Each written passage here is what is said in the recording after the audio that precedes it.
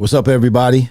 We're back in the house. This is the day after Thanksgiving. I know you're there because you ate so much food yesterday. You can't move today. So come on in the room. We're back at the Fryar place where the conversations are fire. I'm your host, Irving Fryar, the cat with the hat. Yep, y'all come on in the room. I see there's a few of us. There was 8. I think it's 8. 8 of y'all have come on in the room already. 8 of y'all are here. I don't see you, though. Make a comment. Let me know it's you. Let me know you're watching. Let me know you're listening. We have our guest from 2 weeks ago back on today, and we're going to finish that conversation. We're actually going to start all over again because I don't know how much of that conversation you were able to latch on to last week. What's up, Hope? How was your Thanksgiving? Happy Thanksgiving, day after Thanksgiving to everybody. Y'all come on in the room. Please don't forget, we are on, let me go to the first so y'all can see me. Yeah. We are on iHeartRadio, the Fryar place. Hey, what's going on, Richard? Yeah, we all had a great turkey day. Hopefully you had a great turkey day. Richard, also, I don't know if you did or did not yet, and we're going to have another contest today, but I don't know if you did. If you did, I didn't get it, but just text me and give me, because you won the last contest, you need to let me know what T-shirt you want, what color, and which T-shirt you want from Press and Sew when we get to that. All right, so just text me. You have my number, or you can email me at thefryarplace@gmail.com. But don't forget, everybody, we're on iHeartRadio. Download the iHeartRadio app, open it up, search for the Fryar Place, and you will see us and hear us, not see us, but hear us on iHeartRadio. If you cannot watch us live, you cannot watch us at a later time or later time, please go to iHeartRadio, search the Fryar Place, and check us out. This is where the conversations are fire. Again, Press and Sew, PRSS, letter NSOW.com/TFP. That's the Fryar Place. Go there. We have merchandise, hats, shirts, hoodies. Check us out. Anything that you purchase, the proceeds go to charity. Richard, make sure you send me your email address, or send me your information. What size, what color, which shirt you want, all right, from our last contest. Y'all come on in the room. Good to see everybody. We are here the day after Thanksgiving. We pray that everyone had a peaceful, a blessed Thanksgiving, and that you are thankful at least for something. I don't know about you, but I'm thankful for everything in my life. Thankful for just being awake today. Yeah, the Lord woke me up in my right mind, a little portion of health and strength. I know who I am. This morning when I brushed my teeth, I didn't brush my teeth with a hairbrush. I brushed my teeth with a toothbrush. And that's a blessing, y'all. That is a blessing. Don't take the little things for granted. Yep, Richard said, I'm just being lazy. Well, stop being lazy, Richard. And you wouldn't like it if I was being lazy and taking my time sending you your T-shirt. So don't be lazy. Send me what T-shirt you want. the size. I think I still have your address from the last time you won a contest. Brother Martin, what's going on? Clemente, yes, Brother Martin, Martin is all the way in California watching us right now. Brother Martin, good to see you. David Hunt, good to see you. Yep, thank you for coming on in the room. Y'all, we're going to bring our guest in. Really good to see you, Martin. Martin, we need to get that together. I don't know how you're doing with that wish list, but y'all, we're going to have Marty's Menu at the Fryar place. We're putting a podcast together all the way out in California with my brother Martin, and the show is going to be called Marty's Menu. Yeah. Food menu. He's a cook. Yeah. God bless you, bro. God bless you. Dennis, what's going on? Happy Turkey Day to you too as well. God bless you. Thanks for coming in. Listen, I'm going to bring our guest in. He was here with us 2 weeks ago. Something went bad. We had an update on the software of the computer, had an update on the software that runs the Stream Deck. And for some reason, somehow, some way, things began to freeze up and the internet connection wasn't right. So I decided to end the show before it got too bad and I got too frustrated, and asked our guest, if he would come back. We thought we had him last week, but he was busy last week, so he's back this week. He was so gracious to take another hour out of his time to be with us on today. Y'all, our guest, he was here 2 weeks ago. If you remember, Brother Ahman Green. What's going on, A? I'm going to call you A. What's up? Unmute yourself. You're muted. Yeah, call me AG. Call me AG. AG, okay, all right. Yeah. Well, if I call you A, then you know it's me. I'm the only one who calls you A. No, AG, I got you. That's true. I call a brother, his name is Lamont, and I call him L. And he says, you're the only one that calls me L. I'm like, that way you know it's me. When you hear L, it doesn't matter. When you hear L, you know it's me. You're right about that. That's true. I call my niece's name is Zori. And I call her Zorro. Zorro. Oh, how's she like that? She don't like it, but that's okay. Mm-hmm. She calls me Unky. So when I hear Unky, I know it's her. When she hears Zorro, she knows it's me.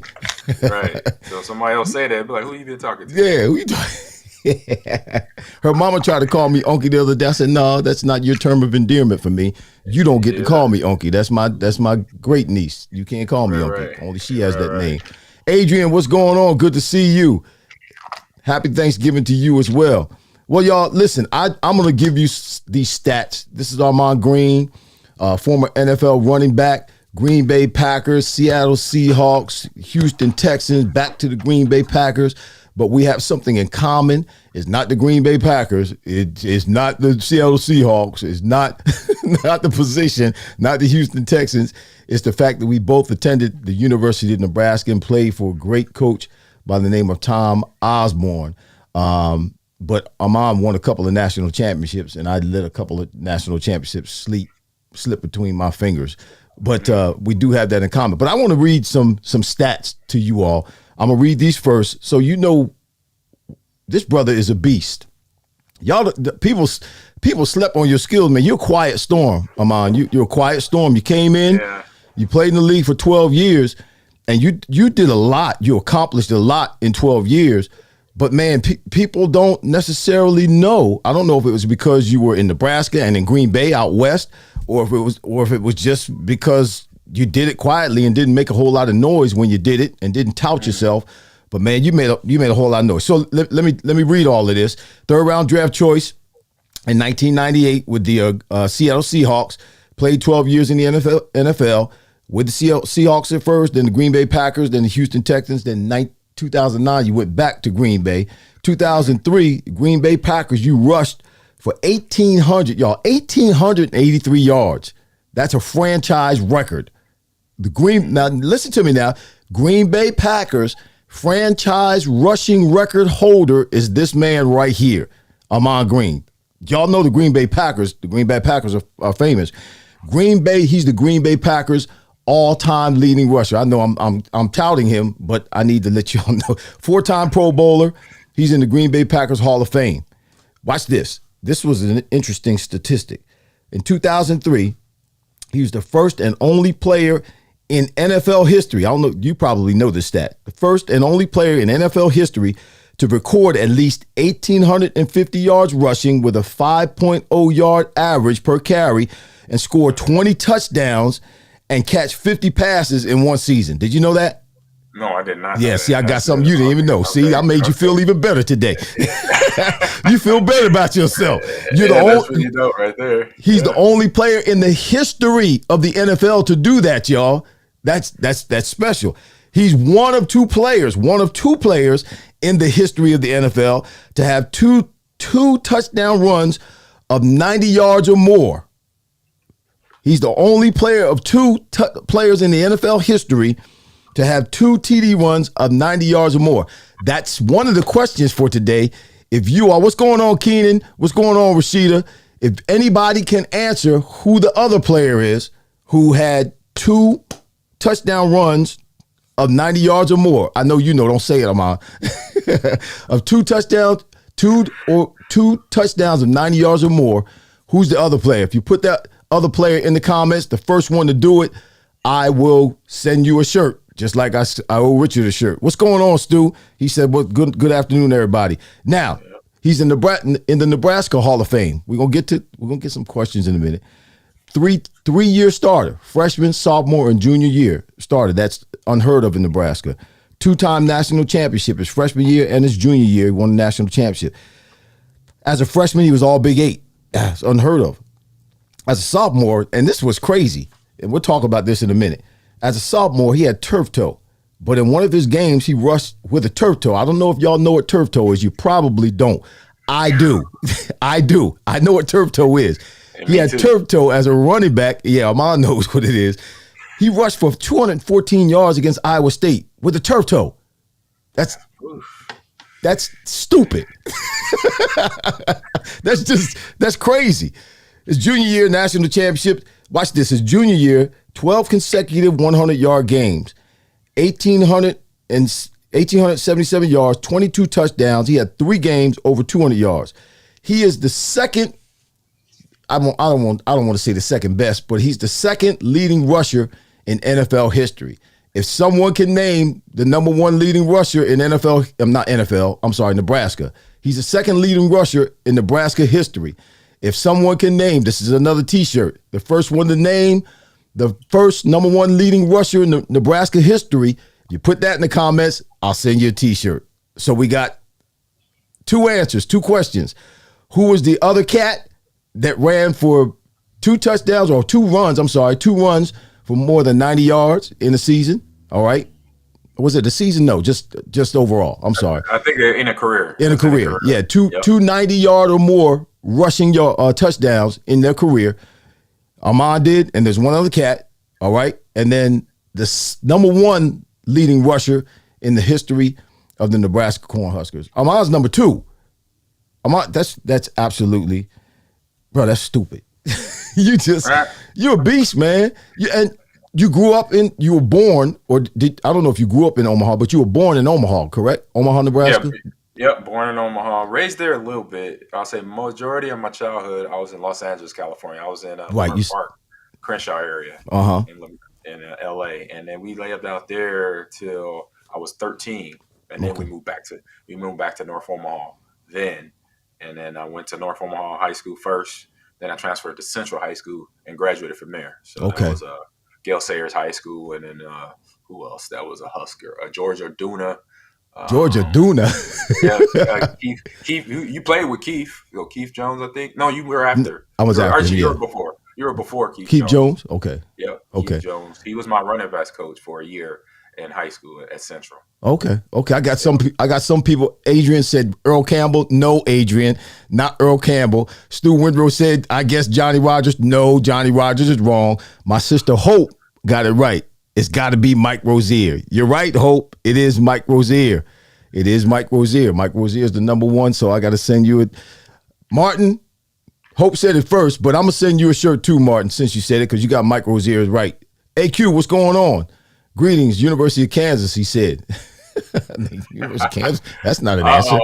Another Jayhawk in the building. Yeah, another Jayhawk. I do my other podcast with Gilbert Brown, who's also a Jayhawk. We be talking trash the whole time. Okay, since you brought it up, let's talk about your podcast. You got a podcast. Yeah. Is that what's it called? One of them is called. You got more than one podcast. Excuse me. I'm doing way too much. The one podcast that I'm referring to is called the Green and Go G Lounge. We're everywhere. I believe we're on iHeart. We're on Spotify, and we're part of the whole NFL podcast network that is growing right now. So that's me, Gilbert Brown, and Dorsey Levins. That is called Green and Go G Lounge. Uh-huh. And then the other podcast I do that's about the Packers too is on the Believe Network. And I think we're trying to, get it on the podcast network or NFLA. It's On My Block podcast with one of my teammates, Mike Wall. And we've been doing that for almost 2 years now.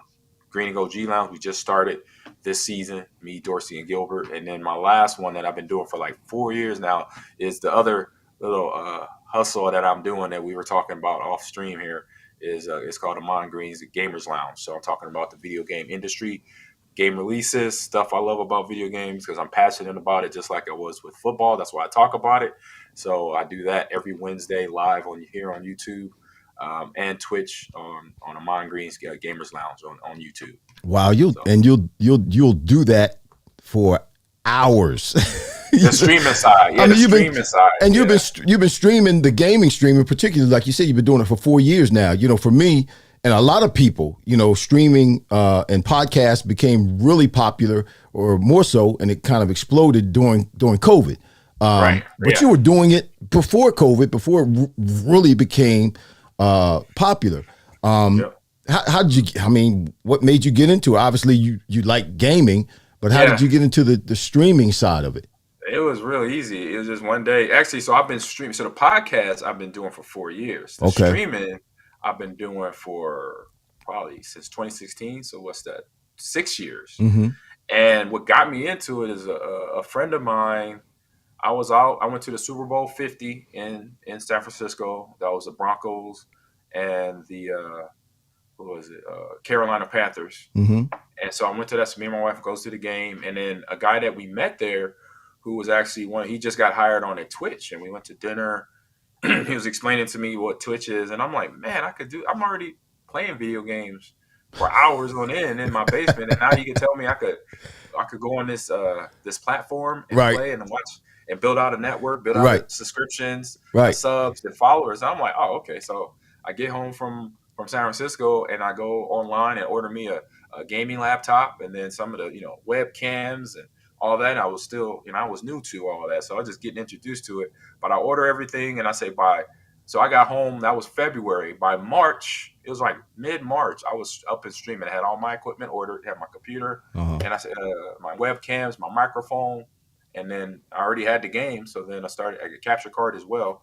That's where the picture actually goes out to everybody. Mm-hmm, and then I started streaming. So March of 2016, I started streaming from there, and just was like, man, this is awesome. Another passion that I found that I could do, hustle on the side as well.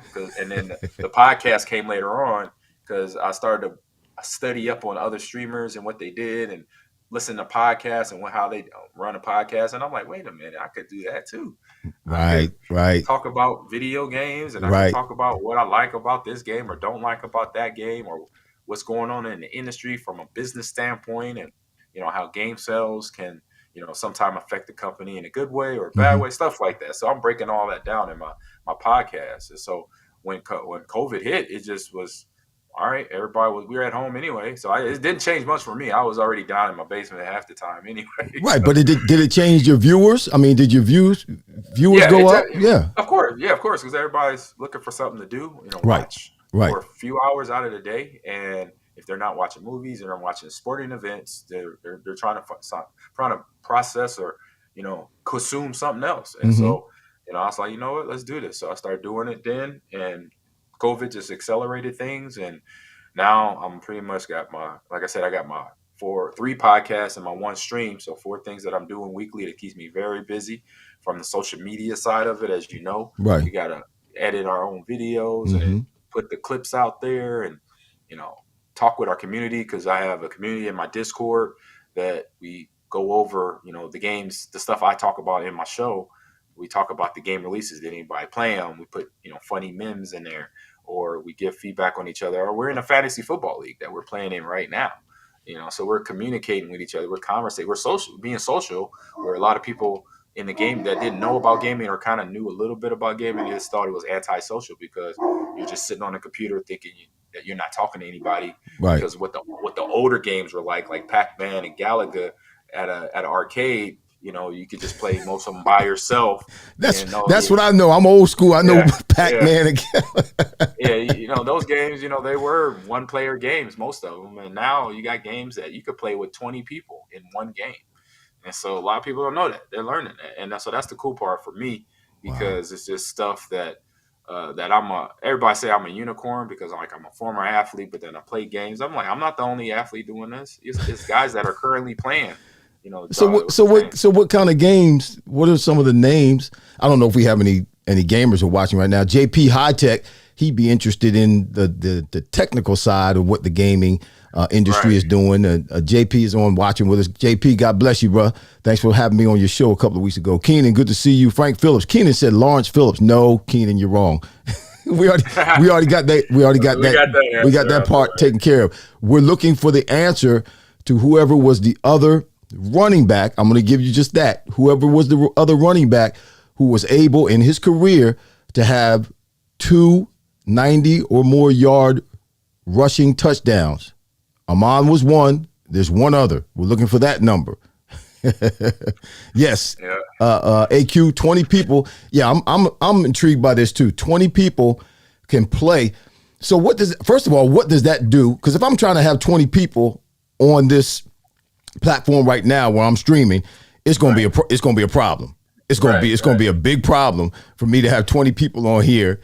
I mean, I could probably get 4 or 5 on at one time, but 20, and you can see all 20 and hear all 20 and converse and interact. You could hear like mostly just audio. Okay, so you don't game. Okay, so you all hear each other and we're conversating. We might be all on it might be 10 of us on the same team. The other 20 might be on an opposing team, and we're fighting it out on an area, trying to get the time in that area and win. That's I say game mode and Halo. I play that a lot. Halo and the whole Halo series. I've been doing that since it came out, I think 1999, 2000. And so, but some of the main games you mentioned, asked me what games do I play? I play Madden, of course. I'm a football player, so I'm gonna do that. Natural.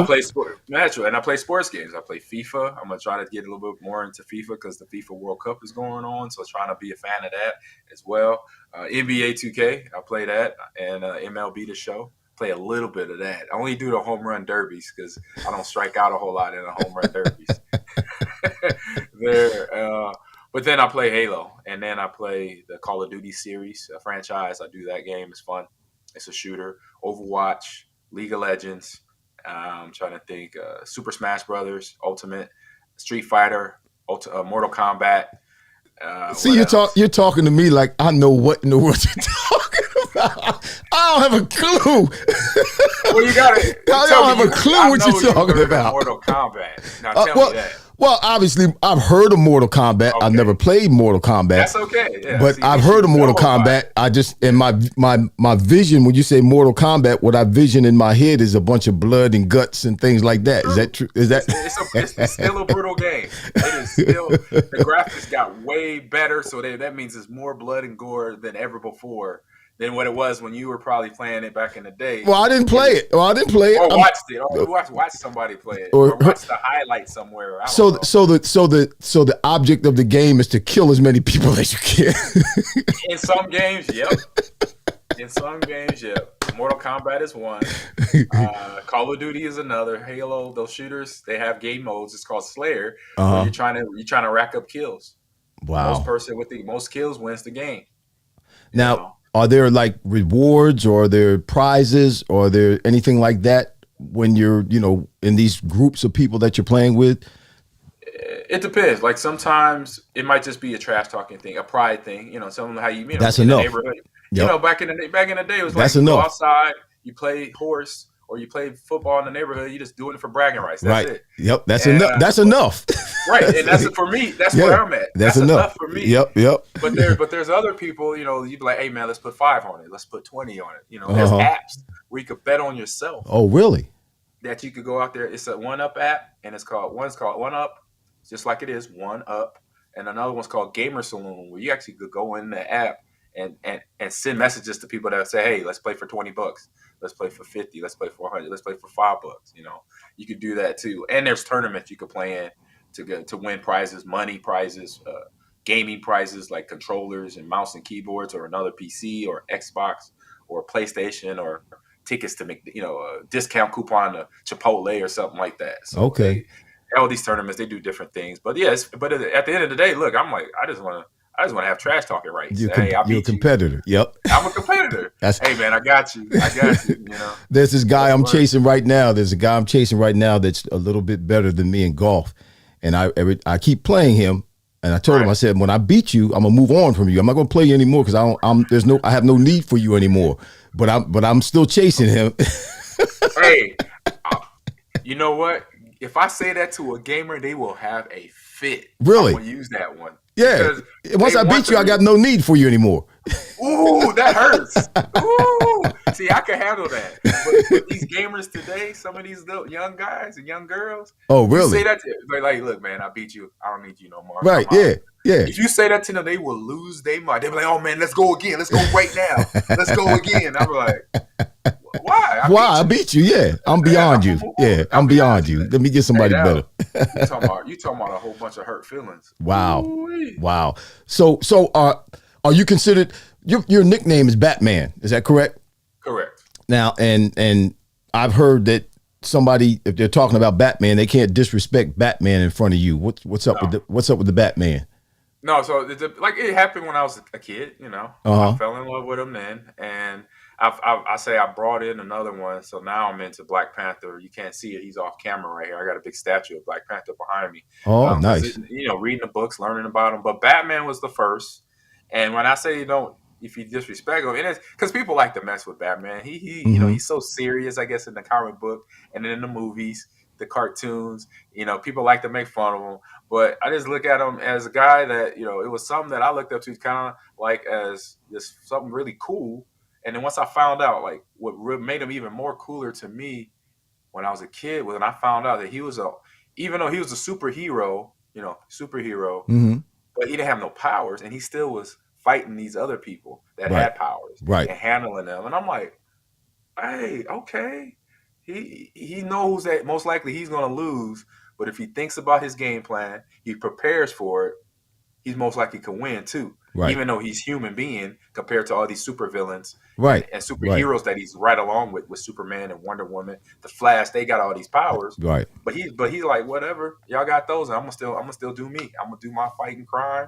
I'm gonna protect Gotham the best way I can. Yep.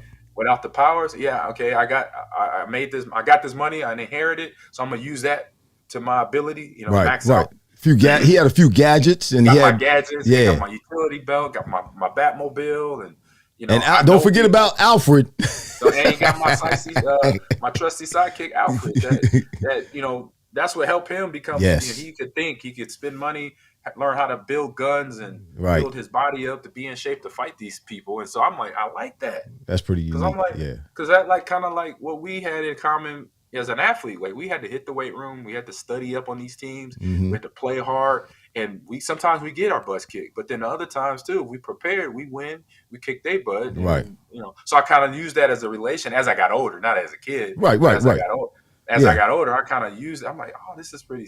I get it, because at the end of the day, it ain't nothing but blood, sweat, and tears that's going to make us win games. You put that work in, you grind it out, you're going to get there. That's it. Right. I mean, that's what it is. So, because when the fantasy world is being like, oh man, I could jump over this building, I could fly. I'm like, yeah, man, we know that ain't true. Like, you ain't doing that.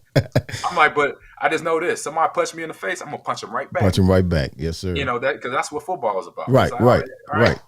Got a game plan. That's what it is. Okay, boom. Oh, you caught me. Okay, I'm coming right back. This game, you got 4 quarters, homie. Yes, sir. Yes, sir. And then I got, you're in my division. I'm gonna see you again. Oh yeah, I'm gonna see you 2 times. Oh, boom, boom, boom. It took me like 5 years to get some dude back that did me wrong one time. It took me 5 years to get him, but I got him. Right. But I read a lot of stats about you. What's going on? Let me see. John Ways is on with us. Good to see you, bro. God bless you. No, it's not. Was it Roy? I don't know. Rohelu. Rohelu. No, it wasn't him. Rohelu. No. Tony Dorsett. No. Martin. You Tony guys Dorsett didn't go to Nebraska. Yeah. No. Actually, they're talking about the one. We got the Mike Rozier one. We got Hope won that. Was there another Tony Dorsett or like 1R? Oh, yeah, no, 1R. But we're looking for the other NFL player who ran for 9. Yeah. Tony, he thinks Tony because Tony had that 99-yard run. That's but it's not Tony Dorsett. Y'all, come on, y'all. Come on now. Hey. Ahman and one other player in the NFL have 2 runs for touchdowns of 90 yards or more. No, it's not Johnny Rodgers. Johnny Rodgers didn't play in the Derrick Henry, no. Richard Melton, no. Johnny Rodgers, no. Stu. I don't think Johnny Rodgers played in the NFL, did he? He did. He had a couple. I thought he went to Canada. Didn't he play in Canada? No, he went to. He did for a little bit. He was in NFL camp and then got cut. And went to Canada. Okay, yeah, I didn't think. Yeah. No, Eli Broman. No, bro. No Henry. No, it's not Derrick Henry. They just guessing. But you know, I read off a lot of statistics, and you've had much success in your career. But it wasn't always. People think that we live in these kind of fantasy worlds, like everything is, you know, peaches and cream the whole time. You've had challenges. You know, even when you were drafted, you got to Seattle. Ricky Waters was there. I mean, you're the second best back coming out of Nebraska, or at least statistically, you're the second best back ever coming out of Nebraska. Now you got to come to Seattle and wait your time. Then they trade you from Seattle to over to Green Bay. And when you get to Green Bay, they want you to be a fullback. They want to be a lot of things. They're trying to move you around and not really putting you in a position to maximize. Then you've had some struggles at times with injuries, as all of us do. And you've had to bounce back from that. Talk about some of those, because I think that's where we ended the last time when you were with us a couple of weeks ago. You were talking about some of the challenges in your life and some of the things that you were taught, and how those things, you know, continue to remind and resonate in your mind, that you could use them in those tough times in your career. Yeah, so it starts as a kid, you know. My dad, you know, was he wasn't my coach, but he coached at the field that I played at in Baldwin Hills. And, you know, starting with Little League football, I mean, I actually started with flag, but then tackle 2 years later when I was 8 years old. And then baseball at 10.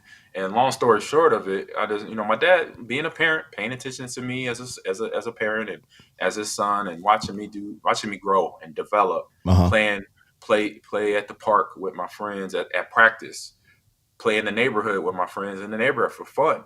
You know, he would come out on the front porch and watch me play with my friends in the neighborhood, the older kids too.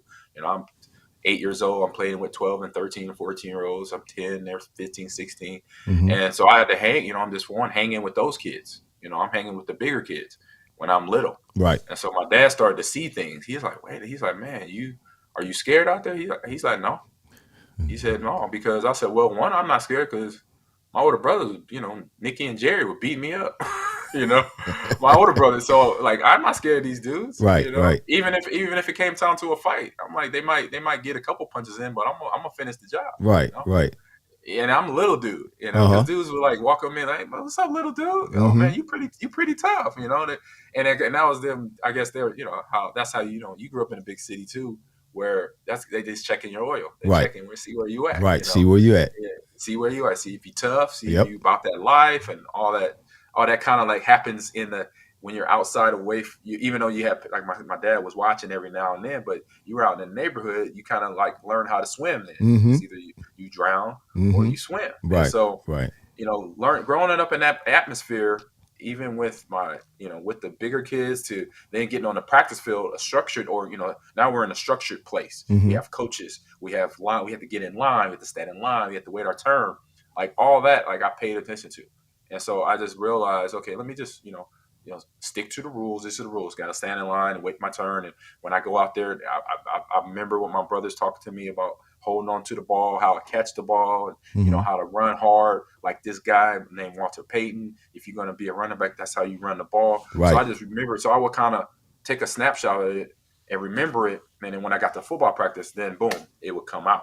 Then they'd be like, oh man, where'd you learn that from? I was like, I was watching, NFL football on Sunday last week, and I saw this dude do this move, or he caught the ball like this, and he tucked it, and he fell. So I was just, mimicking what I was seeing, and some of it I was being taught too from my older brothers, and so because they were really good running backs. One, Jerry and Nicky Paul, and one was a fullback, one was a running back at Central. The other one, they both went to Central actually, and so along with my dad being an offensive lineman, as my stepdad, the person who raised me, but my dad all in the same. And so then, having a dad being an offensive lineman, being my kind of like my coach and my mentor, he was telling me more about not only what running backs do, but then telling me about offensive linemen and what they got to do to block and what they got to do to open the holes for the running back, and how to block a defensive lineman to protect them from the quarterback. Right.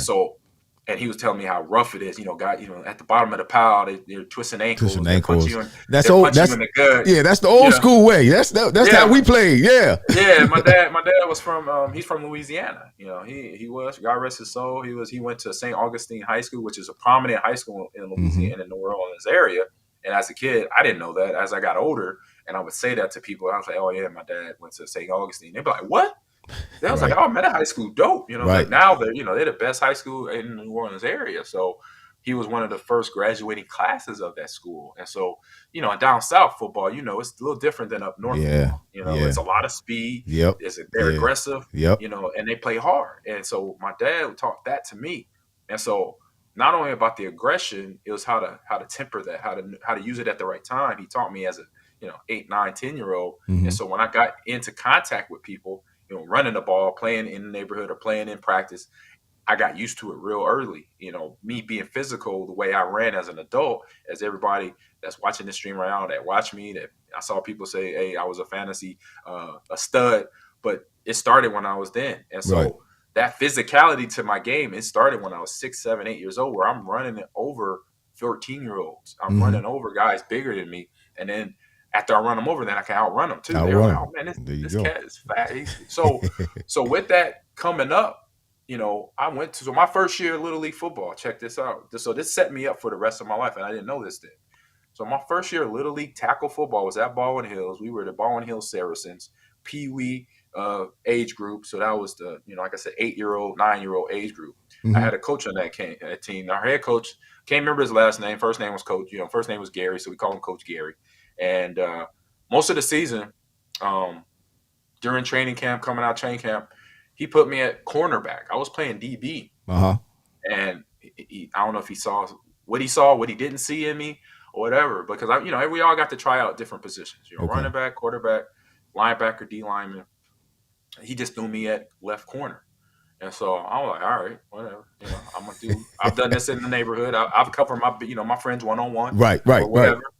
Let's get it. So I'm out here. I'm not complaining, and I'm doing my job. Sometimes I get beat. I learned right away that my feet wasn't as fast as I was fast, but I wasn't DB fast. The quick. You needed the quick. I didn't have exactly. I didn't have that quick reaction, but I could a guy could catch the ball on me, but then I'll chase him down, and tackle him quick, But he could make a quick move, get that slant route on me. So, but I was the best tackler on the team, the hardest hitter on the team. I remember one time in practice, the quarterback started to scramble, and I came up off the guy couldn't block me. I came off, laid him out, and the coach yelling at me, "Green, what's wrong with you? Man, hit the left. Man, that's our quarterback. You trying to kill him?" And I'm like, what did I do wrong? They put the quarterback rule in because of you.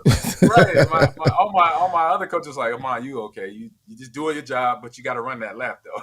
So I go run my lap. I come back. But this went on the whole season. So I'm getting told to run laps. I'm doing extra push-ups. I'm always getting told to do something different. Right. Some punishment. Right. And I'm like, all right. I didn't pay to it. I just think, okay, he's the coach. My mom, dad said, don't question an adult. Just do whatever they say, do it. All right, I got to run an extra lap. All right, got to run an extra lap. I got to do extra push-ups. No problem. I did something wrong. I don't know what I did wrong. I'm 8 years old. I'm learning. So I'm not going to question him. So this went on the whole season. And so then come the we had 2 games left in the regular season. And then Coach Gary said, "Hey, Ahman, hit another lap." And I'm like, I'm used to it now. I'm like, all right, boom, I'm out. I come back from my lap, and one of my teammates said, "Hey, bro, you didn't do nothing." Like, you ain't been doing nothing. We've been paying attention the whole season. What are you doing? You ain't doing nothing. He's just making you. He's picking on you for some reason. And I'm like, oh, you think so? And I'm like, okay, whatever. So on the drive home from practice that day, I talked to my dad in the car, and I'm like, Dad, I said, my teammates noticed that, Coach Gary's making me run extra laps, and he's picking on me. He might be doing it on purpose. And, I don't know. I'm just thinking, I'm just going over what they seeing, what you think. He said, well, I don't know. Well, I haven't been watching your practice, and I've been busy, coaching my kids up. I said, let me talk to him in the morning, or tomorrow afternoon when we get out, go to practice, and I'll see what the deal is. So I said that. Next day we go to practice, and I go to my group. He goes to his group, and he runs down Coach Gary. He said, Coach Gary, let me talk to you for a second. So I go, to the practice area where we're about to start practice. Then I turn around. I'm walking away, and then like 5 minutes later, I get to my group. I hear all this yelling, this screaming, and shouting, adults yelling back and forth. And I'm like, oh, I didn't know it was my dad and Coach Gary going at it, and one of the other administrators of the whole league, our little league team that we play for. And I'm like, oh, and he's shouting, oh man, whatever, whatever, this, that, and he walks out. And he doesn't come. He leaves practice and like gone. I'm like what? That was Coach Gary. He just bounced. Wow. So nothing was really said to me right away. So I go to practice. We practice. I get home. I get in the car. We're driving home, and I'm like, Dad, what happened? He said, oh, well, Coach Gary. I walked up to him and I said, hey, man, my son said he thinks you're picking on him. Just want to know if he's doing something wrong. I told him, don't talk back. He listens to the coaches. He does whatever y'all ask him to do. And he said, whatever Coach Gary said, I can't remember exactly what he said. I just know whatever he said, my dad was like, oh, no, no. My son don't do that. Or he da. So that's where the argument started. Right. But then during the argument, one of the administrators from our little league team said, hey, we've gotten complaints from you before about picking on kids. So what, this needs to stop. And so that's where Coach Gary just blew up. Basically, he got fired on the spot. Wow. Because it was other kids he was basically like abusing, like making them run laps, making them do stuff that they weren't, some kids for no reason. For no reason. And some kids weren't taking it like me. Like I was like, oh man, I'm messing up. I need to get right. So he knows what I need to do. So I was using that as like a learning experience. I wasn't complaining about it at all. And so it hit me differently. It hit some other people where they would quit football and not play football anymore. Right. For me, I was like, I got to get better because this is my first year playing. He's the coach. He's an adult, so I'm going to respect that. So it never hit me like, oh, man, what is he doing? Until my friend said it. And so all that happened. The next day of practice, I go out there, and we got one of the assistant coaches now has to become the head coach. And the first job as a head coach, he goes, hey, Ahman, let me put you at running back. Just a couple plays. Because I saw something during tour, when we had training camp. I just want to pitch you back. We've been wanting to do this all season long, but Coach Gary. But Coach wouldn't do it. Yeah. He wouldn't do it. He said, now that your dad ran him out of here. Right. Or something, whatever. So I was like, okay. So I got there, and I got, practice all week at the running back, and the game come on Saturday morning. I know I had at least 2 touchdowns. I don't know if I had 100 yards or whatever, but I had at least 2 touchdowns. And the next game I had another touchdown. So I had 2 games, I had 3 touchdowns. So I was like feeling good, like sweet. Hopefully, I could come back next season and be the running back again. And so we ended up switching teams though. But that right there, that year right there set me up forever. So when I get drafted, right before I get drafted, I'm hearing all this chatter. Oh man, well Lawrence didn't pan out. Even though he was the 6th overall. You didn't pan out. What do you mean they didn't? Lawrence Phillips. Lawrence Phillips. Okay, got you. So you remember? So I got drafted in '98. He got drafted in '96. Right. He was the 6th overall runner. He was the number 1 runner back taken, 6th overall in the league taken that year. Right. And so his career went the way it went, and we all know why now. It was very unfortunate with his life and everything going on. But they obviously, the scouts, commentators, analysts, they looked at him and then looked at me, and that's their best comparison. Well, we got a phenomenal athlete, but he's just a system running back. He's a guy that Nebraska runs the ball. Right. That's all they do. Right. So he's going to have the yardage, he's gonna have all those yards and do what he does because that's all they do. They don't throw the ball. Can he catch the ball at the backfield? Can he pick up a blitz? Can he read a defense? Can he do all? They're asking this question to a rookie running back, to a rookie. They say the same thing about rookie quarterbacks. I'm like, rookie quarterbacks ain't gonna be able to know any of that. Right. In their first year of getting drafted, I don't care if you get drafted first round or the seventh round. Right. It's a different level. Yep. It's a different level. But the bare necessity is, okay, this kid, what they should have looked at is, okay, this kid in college in 3 years, he rushed for almost 4,000 yards. Yeah. His yards per carry is well over 3. Right. And then he was catching an option pitch, running full speed one direction, and then looking back and catching the ball back behind him one-handed sometimes. Sometimes the ball be up here, and I'm catching it, boom, boom. I'm tucking it in, dropping my shoulder, picking up yardage. Just like, and then if they really did their homework as a scout, I played baseball and I played basketball. Right, and he ran track. I was an all-around athlete. So you put me anywhere, you plug me anywhere on a football field, I'm going to do it. Linebacker, strong safety, wide receiver. I played wide receiver 1 year in Little League. I led the team in receptions because it was a year I didn't even want to play. I was like burnt out a little bit. I was like 12, 13 years old, and I didn't even want to play. And my dad said, "No, play one more, play." And I'm like, "All right, I'm gonna play wide receiver." And I went out there and I was aggressive because I was a running back. Right. And I'm going up in traffic, catching balls, getting hit. So that all around part, people didn't really realize. They was all focused on Lawrence, what he did before me. The trouble he got in, whatever they might have, related to us being at the same school. Right. We were around each other. So that right there was just kind of like, okay. So did you, did you develop a chip on your shoulder? And did you play? It was 100%. A little one? You sure it was a little one? No, 100%. Oh, okay. It was a big chip. It was a block. It was a big chip. So going into that draft, like I said, it was all the Lawrence stuff. Right. Then it was, the stuff that really bothered me, other than the Lawrence stuff, was the fact that, I remember one commentator said, he's injury prone because of the 1 year, my sophomore year. Right. With the turf toe. We're going to talk about that in a minute. Yeah, I'm like, wow. He said I'm injury prone and I can't catch the ball out the backfield. That's them the two that really got in my brain, and I'm like, okay, I can't wait. Wherever team I go, I can't wait. Right. That's what I told myself. And my dad too, he heard it too. He laughed. He said, "Son, you heard what they say about And I'm like, Dad, whatever. I'm just gonna make this thing happen. Wherever I get drafted, right. I'm gonna be there I said my whole goal was to be there for 10 years, break all the rushing records. That's what I told myself. Okay. I'm gonna do whatever. I don't care who I go to. Well, that was great. You were there for you weren't there in Green Bay for 10 years. It was 8 years you were in Green Bay, and you broke all the records. You did it in less. That was my mindset because of that chip that started in the draft of 1998. I see Randy Moss go, Peyton Manning, Ryan Leaf. Curtis Enos was the first running back take that year. Do we remember him? Curtis, I don't even know that name. Right. Yeah, Penn State. He was a Penn State running back, big guy, and he went to Chicago. And played how many years? Maybe 3-4 years. Maybe. So when I get to Seattle, I got that chip on my shoulder because of that. Mm-hmm. And then they signed Ricky Waters to a free agent deal. And Ricky Waters had just come from Philadelphia, where I was. Exactly. Yeah. And so. And I knew that I'm now the bottom guy on the totem pole. I got to work my way up. So I'm like, no problem. I've been doing this since I was 8. Mm-hmm.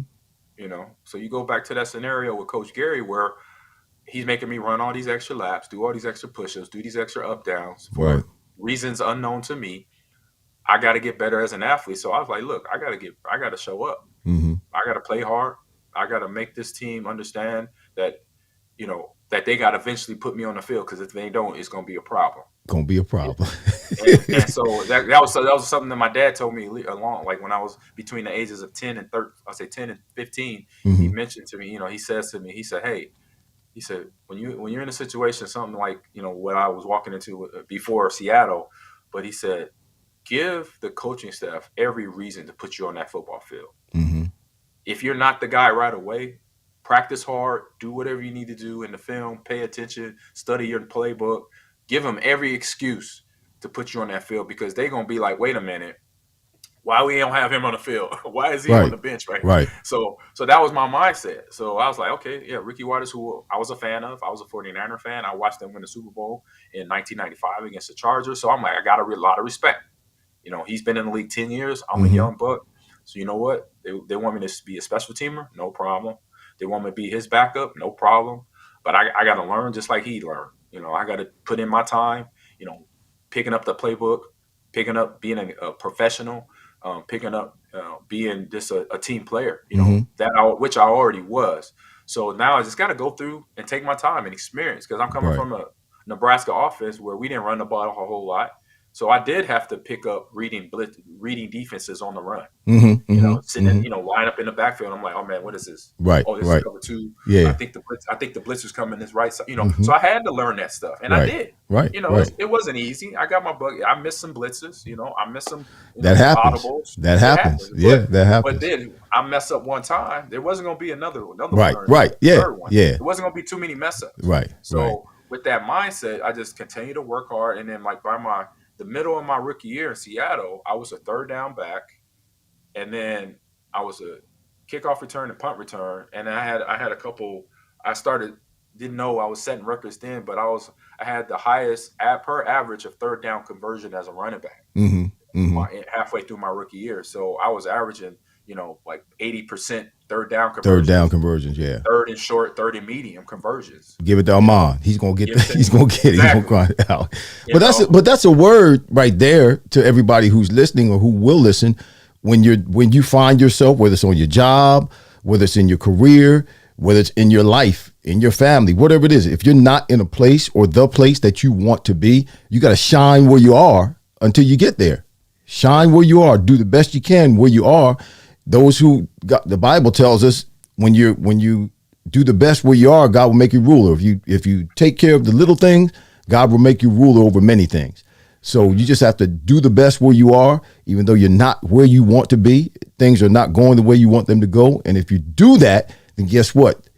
You give them every reason to elevate you, to give them every reason to put you in a better place. We still got people guessing. No, I see Hope Wiley. Yeah, well, that's my sister, Hope Wiley. She guessed Bo Jackson, and that was Martin. He guessed Bo Jackson. So they got it straight. Eli Broman, what's going on? He said Chris Johnson. Nope. Lamar Miller. No. Richard Dunn. You're done. They did have a few. Yeah, they had some 90-yard runs. Ronnie Lepet is a defensive back that played with me when I was in New England. Yeah. Yeah. You remember Lepet? Yeah. Yeah. He said you brought the wood, bro. Kevin Cox, what's going on, bro? How you doing? Has everyone remembered to hit that? Yeah, y'all hit the thumbs up button. Please hit the thumbs up. Keenan Harmon, what's going on? Steve Andrews, you're still my brother-in-law, bro. Sitting here with an Omaha Central Dean of Students. He's in Omaha right now. Oh, nice. Steve Andrews. We got folk all over the country, man, watching Ahman Green this morning or this afternoon now. Your high school jersey hanging up right next to Gail Sayers. Yes, it is. Okay. Well, he's right there. He's right there in that place. That's great. Thanks, Steve, for joining in.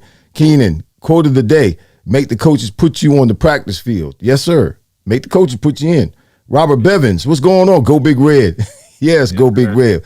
Got some folk out Iowa today. Hopefully we get a dub out of there. Man, I want them to do so well. I want Coach Joseph to do so well. I can't. Yeah, I didn't have mine on. I'm a Q as always. I got. Yeah, I figured that when I just before today you sent the link. I'm like, what's with the purple? I got to do my Q thing. I was like, I think it's a fraternity thing. I'm pretty sure. But then when you pulled up and you put me in the studio and I saw the Q, I said, I'm a Q. I'm actually. Now, when I pledged at Nebraska, I pledged my junior year. I probably shouldn't say this, but I pledged during the season, my junior year. I missed a lot of school. Yeah, because that's when they do their hazing. And I was going to Nebraska. I was going to Omaha every night. I was going to Omaha after practice and staying in Omaha, pledging till about 2-3 o'clock in the morning. And then driving back to Lincoln, and by the time I wake up, it was time for practice. Yeah, it was a mess. And I'm one of the founding brothers for Omega Psi Phi in Lincoln, because they didn't have a Make Us Our Five chapter in Lincoln when I pledged. And I'll say this: I was gonna pledge. You should have, bro. They told me they got kicked off campus my freshman year. In Lincoln? Yes. They might have. I was like, well, I'm not doing. I'm good. I'll play football. I'm good. They might have, but no, I went to Omaha and pledged every night for weeks in Omaha, which was it was something special. Tyrone Johnson, what's going on, my brother? Good to see you. Great show. Nice running back. He was. Yes, those records still stand. He still is. Listen, you real quick, I know we're getting over an hour, but you talked about how, podcasting, you said, you know what, I can do this, talking to people and interacting with people, that's cool. But you tried acting there for a minute. You got a couple of spots. Oh yeah. Yeah, you what's up with you and Dorsey? Dorsey's an actor too. I'm like, I had Dorsey on a couple of weeks ago. What's up with these running backs with Green Bay? You were actor. So you were in Big Stan? Mm-hmm. And you were the prisoner Lee Otis? Is that who you were? They had me, man. They had so many. They switched my name so many times. Oh, they did? I was Lee Otis. I was the Diamond King. I was King. I didn't know what I was. In the same movie, Big Stan? Yeah, they switched it around. Because first I was supposed to be first I was Lee Otis, and then I was supposed to be a prisoner that was gay. And then Lord. I was going to be a drug dealer. That was why I was called the Diamond King. Okay. I was all over the place, but I think they settled on the Diamond King once I got in. We shot the film in Sacramento, California, at a co-ed. I think it was a co-ed prison. Yeah, just east of Sacramento, and actually had real prisoners. They were legit along with us, but they were the prisoners that was on good behavior. That was obviously to be able to be. They could be around you, right? Man, they were cool. They were really cool, down there guys. Most of them were guys, but they had some ladies in there too because it was a co-ed prison too, and they like blocked them off. Okay. From everybody from the film crew and from us as well. But no, it was a great experience. That, and I did another one. Batman versus Superman, Dawn of Justice. I was a fly on the wall. I put that out there in the world. So it was 2005. I was in a radio interview, and of course, just like you, everybody talks about asking me about my Batman, how I got into it. Right. So in that interview, I put it out there. I said, "Look, all I wish as a Batman fan is to be a fly on the wall in a movie. Get out of here. I could be in the background. I don't care. It's just a small role." And sure enough, a friend of mine, good friend of mine. I am godfather to his son. He named his son after me. He named him Ahman. So he did an internship with the director of that movie, Zack Snyder, Batman, Dawn of Justice. So he did an internship with Zack in 2014 when they were shooting Man of Steel. And so he calls me up and said, "Ahman, hey, I'm going to talk to Zack to see if he could, allow you to come on set to just spectate and watch." And I said, "Man, please ask him. I'm going to be there in a heartbeat. Like, where I got to go, wherever." And so he said he found out like a couple days after the fact. We had that conversation. He said, "Ahman, he said, if you could fly yourself up to Vancouver." I'm like, "Book it. Boom, I'm there." And so like it was like within a week, a week later, I'm there in Vancouver on set.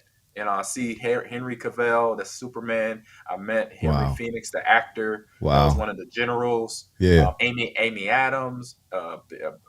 Ben wasn't. No, it wasn't there. I met Ben later on the other set, the movie I was in. So, but that first initial being on set was Zack, sitting in the director's chair next to him. Wow. While he's filming that movie, some of the scenes, and then he says cut, and we talked for like almost 10 minutes, and everybody was like, all the cast and crew are like, "What the hell going on? Who he talking to?" Like I found out after the fact he had never stopped for anything other than to talk to me for that 10, 15 minutes. Wow. And then everybody started coming up to me like, "Man, who are you? Like, who are you?"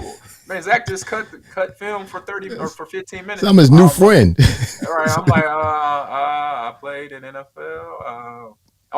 He's a Packer fan, by the way. That's why I found out Zack Snyder is a Packer fan. I'm like, I'm just Ahman Green, Green Bay Packers all-time leader rush. I'm like, I don't really know what else would I be. That's what I do. So we had that conversation. Then we had dinner that night, we're conversating about football. You know, he grew up in Green Bay, and his mom and dad were at the Ice Bowl, and he was at the Ice Bowl when he was like 8. So we talked about all that cool stuff, football stuff. And then he's like, Ahman, I gotta get you in the movie, man. I gotta get you. I'm sitting there, yeah, please do. I'm like, yes. In my head, I'm like, yes, please get me in the movie, please. Wow. And so, so he started working on it right away. So the first movie, it wasn't just the Batman that eventually I was in. He tried to get me in. He also was the director of 300. So the first 300 movie had already came out. I love that movie. And remember the second one was 300, where they were fighting in the boats on the water. So that second one, he tried to get me in, but then something happened with the director who started directing, messed it all up. So he had to go edit it. So all that editing, he didn't have time to get me in the movie. Okay. So he called me for that. He said, I tried to get you, but it couldn't work. But he said, don't worry, I'm gonna get one more. It's a couple more on the slate that I'm working on, that I know in the next 3 to 5 years you could be in it. And then sure enough, I got a phone call from Christy Carlson, his casting director, and she's like, Ahman, you know, and I already knew because it said Warner Brothers on the phone. Right. Yeah, I said, here it is. It. I was like, hey, what's up, Christy? She said, hey, how you doing? Hey, you ready? I'm like, I'm ready. And she said, okay, I need you to, book a flight to Detroit, and then we'll reimburse you. We'll have you in the hotel for about a week and a half, and boom, boom, boom. And I'm like, man, this is cool. So I get everything booked. I fly over to Detroit, which is cool. It wasn't, I'm in Green Bay, so it was only like an hour flight over. Right. And I get on set, and like I'm on set, man, and it's like I see Ben Affleck, the Batman at that time, and I'm like, this is cool. And I see a couple other actors, Amy Adams again, and some other people, and the guy Henry that plays Superman, he's there. And I'm like, that's cool, man. In my head, I'm fanboying it. You're a groupie. Yeah, but outside, I'm keeping it chill. Of course, yeah. I got you, bro. That's awesome. But in my head, I'm losing my mind. I'm like, I'm like, this is so dope. And so we get in there and get my scene the next day. I shoot it. I don't know if you heard of CT Fletcher. He has like a YouTube channel. He's a ex-bodybuilder, power lifter. And so me and him have a scene together, and it was just so fun because the scene took about 45 minutes to an hour to shoot, and it's like it was this short. Exactly. It's like it was like 2 seconds.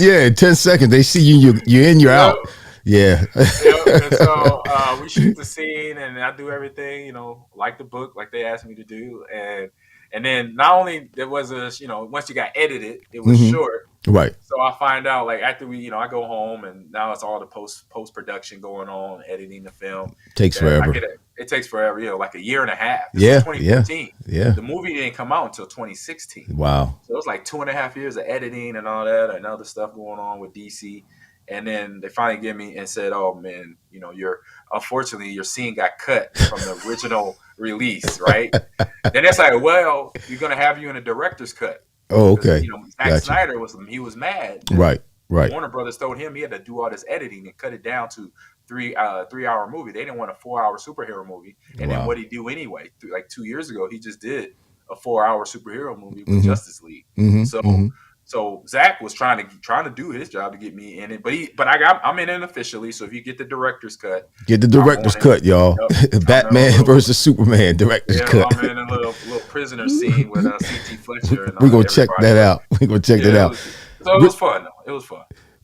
Richard Melton, Irving. Sorry to talk. Well, you misspelled it. The text. Robert Bruce, what's going on, man? Thanks for being with us. Tawana, thank you for being with us today. I'm going to ask our guest just a couple of more questions, and we're going to be out today. Listen, if anybody has a question for Ahman, real quick, we're over time, but I'll allow one. I'll let somebody ask a question, a good question. All right, Keenan, what's going on, man? Good to see everybody today. Really is. Kevin Cox, it really is good to see you too. I'm not just point you out in front of everybody or to pick you out in front of everybody, but you haven't been here for a while, so good to see you, bro. Thanks for joining us today. The one thing I want to ask you first, because my wife makes me do this, and this has got nothing to do with football or anything like that, but it's Thanksgiving yesterday. Now she wants to put the Christmas lights up today. And I don't want to put the Christmas lights up today. What did you do for Thanksgiving, man? And do you do a whole lot of stuff for Christmas in terms of decorating and gifts and all? You go overboard like that? This time of the year is stressful for me, man. It really is stressful. For a lot of people. For Thanksgiving, though, we did our cooking. So I definitely participated in cooking. My wife, she did her mac and cheese, which is ridiculously good. You got your eyes are rolling back in your head. yeah, sweet potatoes. She made a sakatumi cake. Oh. What else? She made homemade cranberry sauce. How do you do that? Do you know? Man, yeah, it's the cranberries. You get them, and she smashes them down, and I think she puts a little bit of sugar in there, and mixes them up, and obviously let them sit overnight. Okay, they'll sit. Okay, until it gels up. Right, right. But it's homemade. It's not out the can. But does the sugar cause it to gel up? Yeah, a little bit. Okay, all right. So, but it's out. It's not out the can. Like my mom I grew up with my mom taking out the can, so I didn't know any better. And it tasted okay. It was good. Right. But this, me and my wife met years ago, and she started throwing down for Thanksgiving and Christmas dinner, and I'm like, what in the world? I'm like, this is home and made. Oh my goodness! Let me marry you again, man. Yo, just beautiful, and then cooks good too. Woof! I was stuck. I ain't going nowhere. Hey, bro. Yes, sir. And then so I did my part with the turkey. We did a fryer. So we found this nice fryer at Costco years ago. That's a safe one. Okay. You do it in your kitchen. It's not the propane tank outside where you see people having the accidents and stuff. So right. It's like a big regular fryer, but it's big enough. You could fry French fries, but then you could put a whole turkey. Okay, cool. So I'll put that turkey in. We actually the night before we put the roasted garlic, herbs, spices, injected into the chicken breast, turkey breast, and then set overnight, let it marinate. And then before we threw it in the fryer, we rubbed it with salt and garlic. Y'all, you keep making me hungry. Then once I rubbed that in, then I put it in the fryer, let it fry for about 30 minutes. Wow. It came out. And it's on my social media too. I put it on my Instagram, what's my name on it? Ahman Green 30 on Instagram. You can check it out. Okay, y'all check that out. Ahman Green 30 Instagram. Yep. Go there and you'll see the whole cooking of the fiasco of the turkey. Yeah, and the fryer and the basting and the man. So it came out great. So my mother-in-law came over with her husband Ron, nice. And my mother-in-law Madeline, and we just had a nice little, just the four of us, just nice, relaxing. We all had the itis. We ate all that food, and we sat on the couch and passed out. Did you see all the games? Were you able to see them? Yeah, we watched all the games. Yeah, I missed some of one. I missed some of one. Yeah, the Dallas game was crazy. Every game was actually really competitive yesterday. Right. Guys out there trying to win. Speaking of games, and you have your podcast with Dorsey Levens, and you cover the Green Bay Packers. Green Bay's here this weekend in Philadelphia. I'm in New Jersey, and I do a podcast that supports the Philadelphia Eagles. What's your prediction for the game this week? What's up with Green Bay, man? What's going on with them? Man, they're having a rough season. It's one of those seasons, as you know, as a player, that players got to figure it out. They have young players in terms of the wide receiver core. They had a young kid who's now hurt, Romeo Dobbs. It's just a high ankle sprain. It's nothing really too serious. I don't know if he'll be back this season, but he'll be back. Another young guy out of North Dakota, Christian Watson. So a lot of speed there, a lot of upside, but now, just first year, learning a lot as a wide receiver. As you know, reading coverages on the run, that's got to be one of your best things as a wideout, other than catching the ball. You better get it down. Yep. And so you can see him and Romeo and some other receivers. Sammy Watkins came over in a free agent pickup, learning how to adjust to Aaron. Because you got to adjust to Aaron. Aaron, the quarterback, doesn't adjust to you in this situation. So, and I can imagine Aaron would have something to say about that too. Oh yeah, he's had a whole lot to say about it this year. But just to get the boil down to the actual game on this weekend, I say what I've been saying on my podcast to the Packer players, like, prove me wrong. I'm going against you because I want you to prove me wrong. Okay. Because I'm a realist. Right. You're not having a good season. Philly and any other team right now that they face is having good years, especially Philly. Their defense, Fletcher Cox is an animal in the middle. He is causing problems. Darius Slay Jr. Yeah, he's doing his thing as a DB. So it's going to be a tough one. But I'm picking Philly only because of that. Because right. Green Bay is not. This is not their year. It's a rough year. And Philly, it's Philly's year right now. They're having a phenomenal season. I love the way. Let's just say I forgot how to say the coach's name. Sirianni. If I'm Sirianni, right, yeah, Sirianni. Nick Sirianni, yeah. Mm-hmm. Nick Sirianni is doing a fantastic job of utilizing Jalen Hurts' best tools, right? His legs and his arms. Yeah, to have a quarterback like him, coming out of two organizations. He was at Oklahoma. He was at Alabama. And so he's well traveled, well experienced for a young quarterback to have him and have the weapons, getting A.J. Brown from Tennessee in the offseason, and then having the run game the way it is with the running backs they have with Scott and a few other guys. So I'm going with Philly. I got to go because this is just being real with the facts, right? What their season is going and how their season is going. Well, no. Also, know though, Philadelphia is in this. They're in a little, not a funk, I would call it, but they're having a little lull in their season. They went 8-0 and then they lost to Washington, and they actually could have won that game, but they could have won that game. Yeah, a lot of penalties, turnovers, stuff that just wasn't in their DNA up to that point. And then this past week in Indianapolis, they won the game against the Colts, but they very easily could have lost that game. There was, just a field goal at the end that they got them over by 1 point. So it's a pivotal game for them, I think, as well. And this is obviously a formidable team. You got Aaron Rodgers. Anytime Aaron Rodgers is on the field, something can happen. He can make something happen. So, and they've had good games and they've had bad games at Green Bay. So I think, like you're saying, Philly has the advantage, one, because, yes, they've been playing a little bit better. Overall, team-wise, they have a better team, I think. They're a little more well-rounded. Plus, they're in Philadelphia. It's tough. It's tough. Philadelphia fans can be tough. It's tough in that stadium. I'm a Philly fan. So I just became a Philadelphia Eagles fan this year. And I didn't become a Philadelphia Eagles fan because of the team. I became an Eagles fan because of the fans. I went to a game this year out in Arizona. That was the first time this year I ever sat in a stadium and watched an NFL football game. Now, I've been retired for more than 20 years now, and I had never sat in a stadium and watched an NFL game. I went to Arizona and watched the game out there against the Cardinals, and man, the whole event leading up to the game and the fans and the tailgating. Yeah. And I became an Eagles fan because of the Eagles fans. So so I'm on board. They're a special group. Yeah, I bleed green now. Yeah, they fit right in my DNA.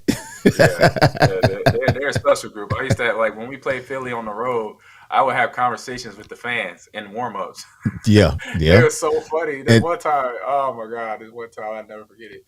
We're in warm up, this is actually pre-game warm up. So right, when you're just out in the field, yeah. I'm on my field doing my own thing. Right. And it's is it a playoff game or a regular season game? Oh yeah, it was a playoff game. And the fans are talking to me. They're like, Ahman, you suck. Yep. It's like you gonna have 6 fumbles, we gonna throw interceptions, and then you gonna break your legs. I'm like, hold up. I said, time out. I said, wait a minute. You said you're gonna break your leg? Yeah, this is the Philly fans to me. And they're like, I'm like, time out. I said, hold on. Tell me this. Am I gonna break my legs first, or am I gonna have 6 fumbles? What's gonna happen first? They're like, man, shut up. I was just having fun with them. I was like, these fans off the chain. Oh yeah, these are hilarious people right here. We can be extra here, definitely. Not like the Nebraska fans. I've seen Nebraska fans actually cheer the opposing team, even if they win. Yeah. They'll cheer the opposing team coming on and going off the field. I mean, 100%. Yeah, Nebraska's it's they're just a unique set of people out there. Yeah. Definitely. But listen, man, I done held you long enough. We've been on here an hour and 17 minutes. I appreciate you coming back on. We kind of jacked things up, or things got jacked up a couple of weeks ago. But man, I appreciate you coming back on, giving us an hour of your time, a little more than an hour of your time. My watchers, my viewers, my followers, subscribers, really do appreciate you. We didn't get to everything, man, just because there's so much to come back on the show for that. Yeah, at some point I'm gonna have you back on the show, man, and we'll talk about some more stuff. I don't know What you doing for Christmas? What's happening for Christmas? I'll be home. You'll be home? Okay. Send me a message. Oh, I'll send you a message. I appreciate you, bro. Everybody, come on. Say thank you in the comments for Ahman Green. Let's give him a hand clap for being on with us today. Yeah. Was it AG? He said, call me AG. AG. Yeah, AG. Batman. I'll call you Batman. Hey, I like that too. Well, I used to say I used to say when people got their bell rung, oh, he's Batman. That's when they couldn't quite walk right. You see him stumble a little bit. That commercial. Yep. Oh, he's Batman. I'm Batman. Yeah, I'm Batman. All right, bro. You guys welcome.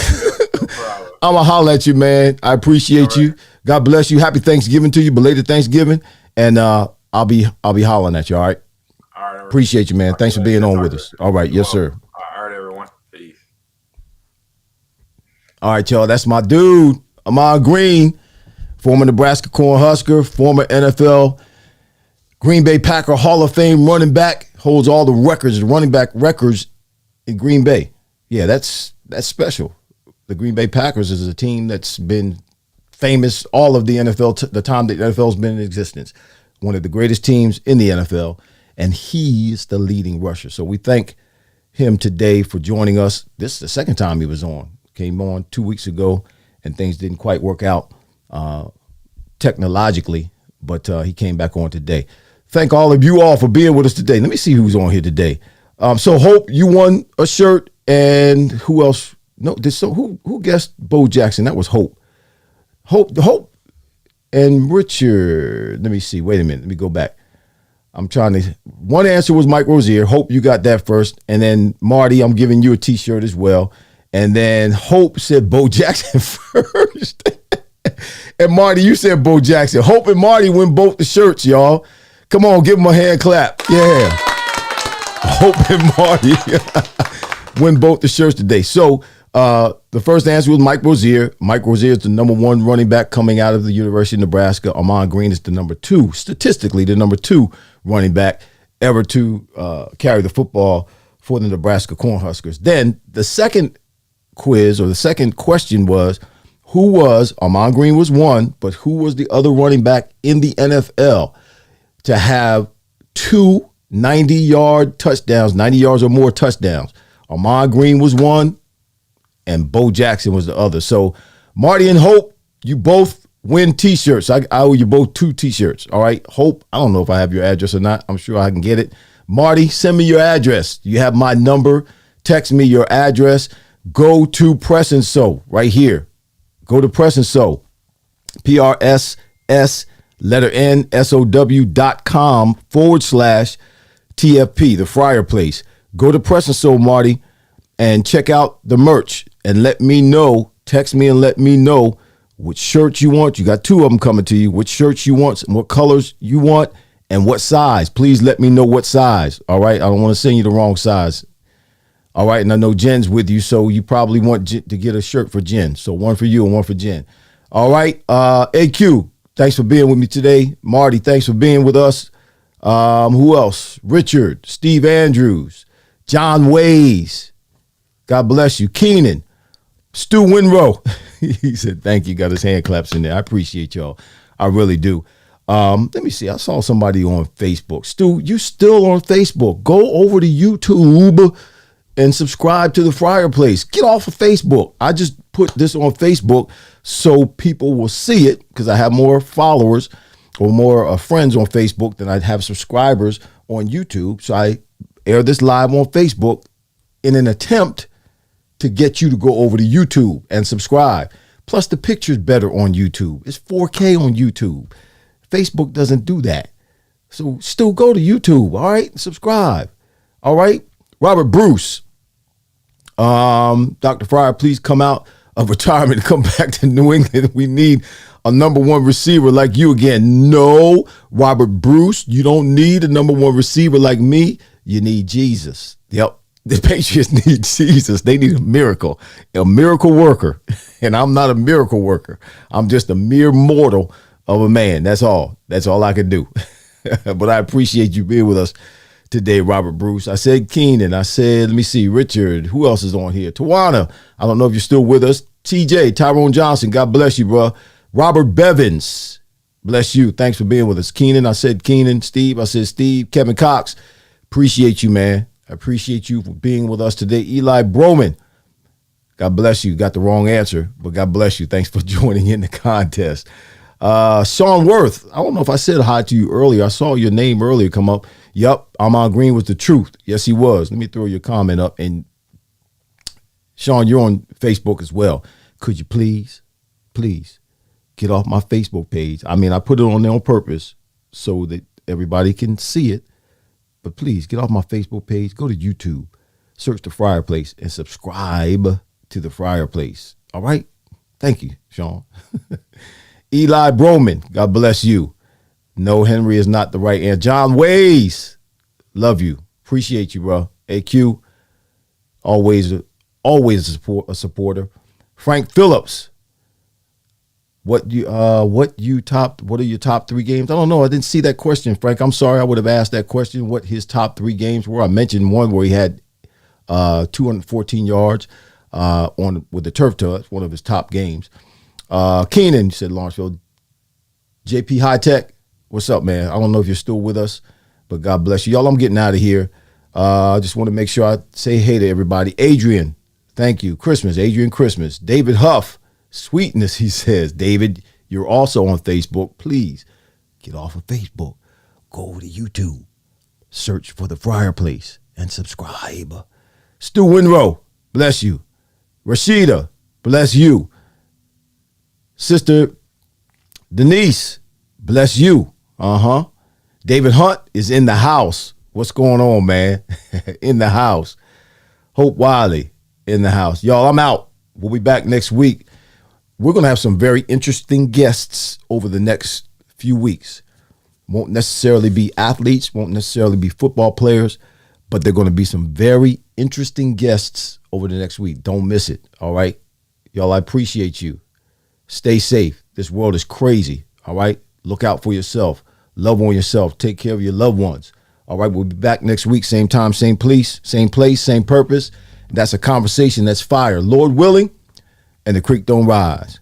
We out of here. Thanks for being with us today. Thank you for all your support. God bless you. Happy belated Thanksgiving.